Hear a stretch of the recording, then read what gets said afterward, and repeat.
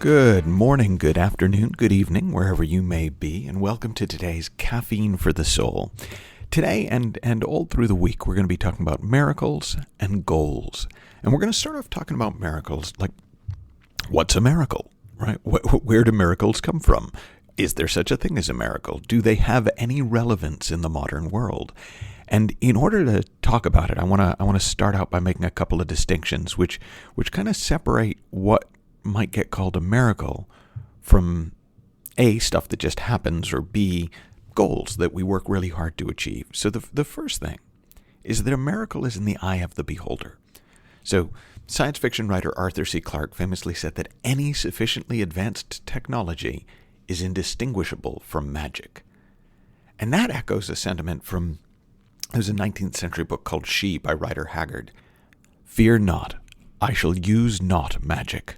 Have I not told thee that there is not such thing as magic, though there is such a thing as understanding and applying the forces that are in nature?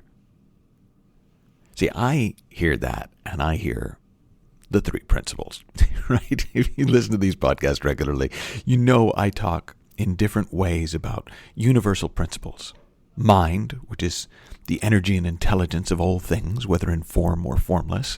Consciousness, which is that capacity within us to not only experience life, but to wake up to how that experience is being created at deeper and deeper levels.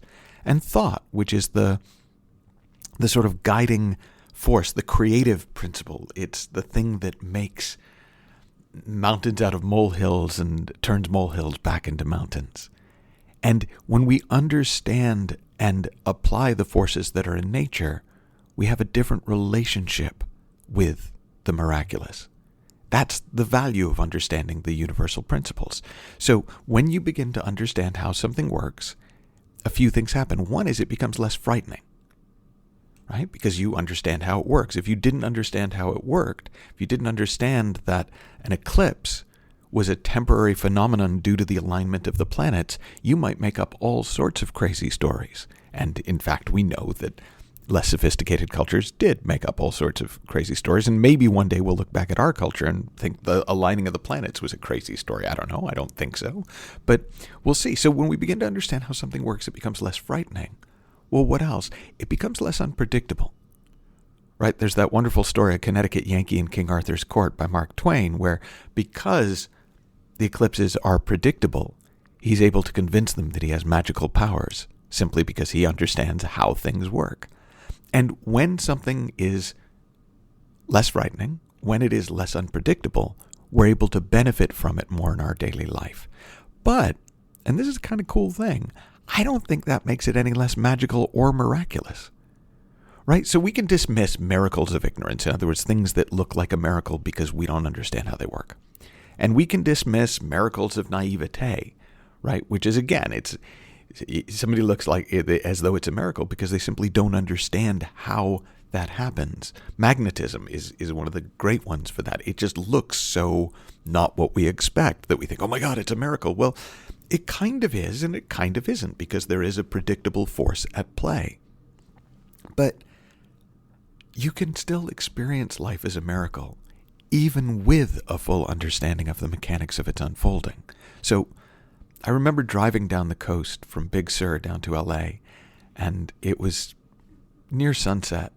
And I remember at the time, I don't remember why, but I was thinking a lot about, well, you know, is there a miraculous, is the universe all random chance? And I remember just pulling over at a certain viewpoint and watching the sunset over the ocean. And I remember tweeting something to the effect of, if there are no miracles, then random chance got this moment so right.